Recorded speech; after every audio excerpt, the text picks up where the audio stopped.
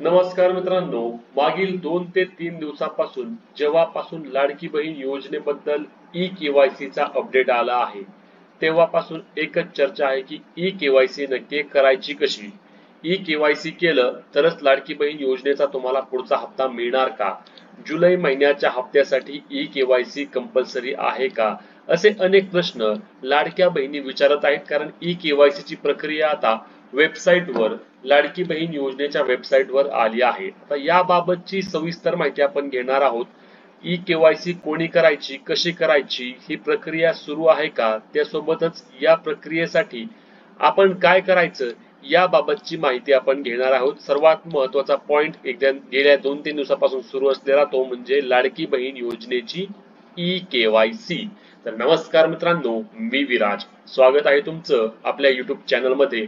या चॅनलच्या माध्यमातून लाडकी बहीण योजना असेल, निराधार योजना असेल किंवा शेतकरी योजना असतील, तसेच राज्यातील सर्व GR आणि इतर सर्व सविस्तर माहिती तुम्हाला दिली जाते। त्यामुळेच चॅनलवर नवीन असल्यास आपल्या चॅनलला सबस्क्राइब करायला विसरू नका, जेणेकरून तुम्हाला हे सर्व अपडेट रेग्युलर मिळणार आहेत। तर आता लाडक्या बहिणींच्या ई-केवायसी बद्दल जे मागील 2-3 दिवसापासून सर्व क्रिएटर असतील, न्यूज चॅनल असतील, सर्वत्र एकच बाब सुरू आहे आणि ती म्हणजे लाडक्या बहिणींची केवायसी। तर यामध्ये सर्वात पहिली बाब लक्षात घ्या लाडक्या बहिणींनो, की लाडकी बहीण योजनेची ई-केवायसी अजून सुरू नाही। सर्वात मोठा हा तुम्हाला पहिला लक्षात घ्यायचा पॉइंट म्हणजे ई-केवायसी सुरू आहे का, तर ई-केवायसी सुरू नाही।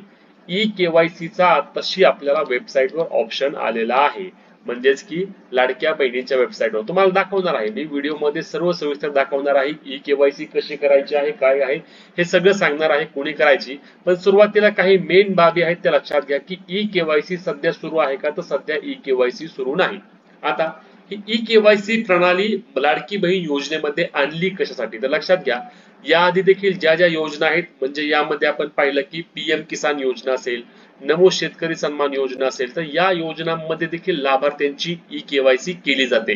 हे का असतं तर लक्षात घ्या, एका योजनेचा लाभ घेणाऱ्या लाभार्थींपैकी किती लाभार्थी आता जिवंत आहेत आणि योजनेचा लाभ घेण्यासाठी पात्र आहेत हे सरकारला तपासावे लागतं, आणि त्यासाठीच सरकारकडून ही ई-केवायसी केली जाते। या ई-केवायसी द्वारे तुम्हाला योजनेच्या पुढचा लाभ द्यायचा का नाही हे ठरवलं जातं। जे जे ई-केवायसी करणार नाहीत त्यांना योजनेचा लाभ काय केला जातं, तर लाभ बंद केला जातो। कोण जे केवायसी करणार नाही त्यांना, तुम्ही केवायसी करणार का, तर तुम्ही केवायसी करणार, परंतु अजून योजनेची ई-केवायसी ची प्रक्रिया सुरू झाली नाही।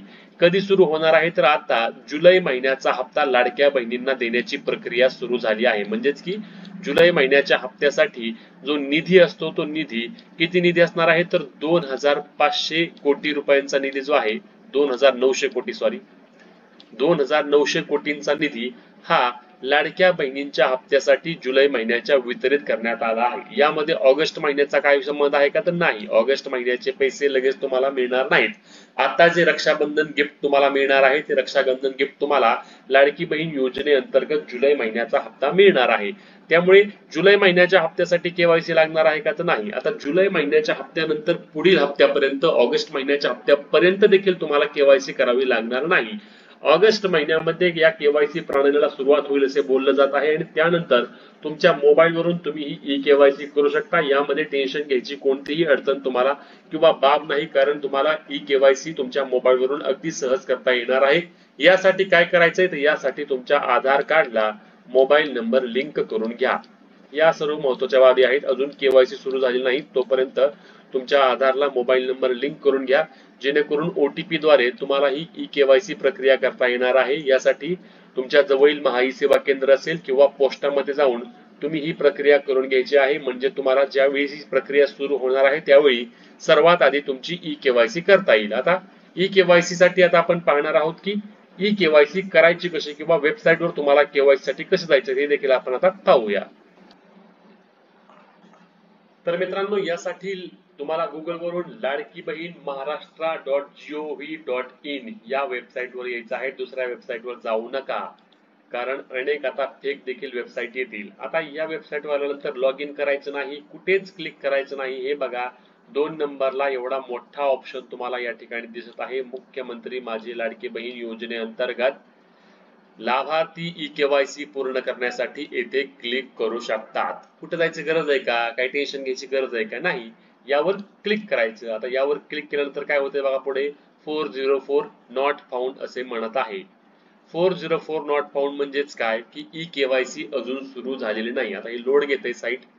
ही साईट लोड झाल्यानंतर आपल्याला बघा या ठिकाणी येणार आहे की 404 नॉट फाउंड, आणि हे नॉट फाउंड आल्यानंतर कारण ही साईट अजून ई केवायसी साठी सुरू झाली नाही आणि त्यामुळे तुम्हाला अशा प्रकारचा या ठिकाणी एरर येणार आहे. एरर येऊ द्या, एररचं टेन्शन घेऊ नका, नाहीतर लगेच आमची ई केवायसी होत नाहीये किंवा आम्ही साईट ओपन करू शकत नाही. हे बघा ओपन झालं नाही म्हणजे हे सुरू नाहीये. हे बघा 404 नॉट फाउंड असा एरर आलेला आहे. हे सगळ्यांना येते, म्हणजे तुम्हाला मला नाही सगळ्यांना येणार आहे. ज्यावेळी हे सुरू होणार आहे, पुन्हा एकदा मी तुम्हाला करून दाखवतो. हे बघा 404 नॉट फाउंड म्हणजे अजून ही केवायसी सुरूच नाहीये. त्यामुळे टेन्शन घेण्याची तुम्हाला कुठल्याही प्रकारचं लगेच गरज नाही. तुम्हाला योजनेमध्ये तुम्हाला जून महिन्याचे हप्ता आले असतात, तुम्हाला ऑगस्ट महिन्याचा, जुलै महिन्याचा हे देखील पैसे मिळणार आहेत. त्यामुळे लगेच काळजी करू नका. हे ज्यावेळी सुरू होईल त्यावेळी तुम्हाला व्यवस्थित आपल्या चॅनलवर ही ई केवायसी करायची कशी याबाबत देखील व्हिडिओ येणार आहे. त्यामुळे आपली ही जी व्हिडिओ आहे ती व्हिडिओ जास्तीत जास्त लाडक्या बहिणींपर्यंत शेअर करायला विसरू नका. तसेच अशाच कामाच्या माहितीसाठी आणि अपडेटसाठी आपल्या हक्काच्या मराठी चॅनलला सबस्क्राईब देखील करा. आणि भेटूया पुढच्या व्हिडिओमध्ये. तोपर्यंत तुमचा इतर कोणताही विषय असल्यास आम्हाला कमेंट करून नक्की कळवा. त्याबाबत देखील आपण व्हिडिओ लवकरात लवकर घेऊन येऊ. धन्यवाद. जय महाराष्ट्र.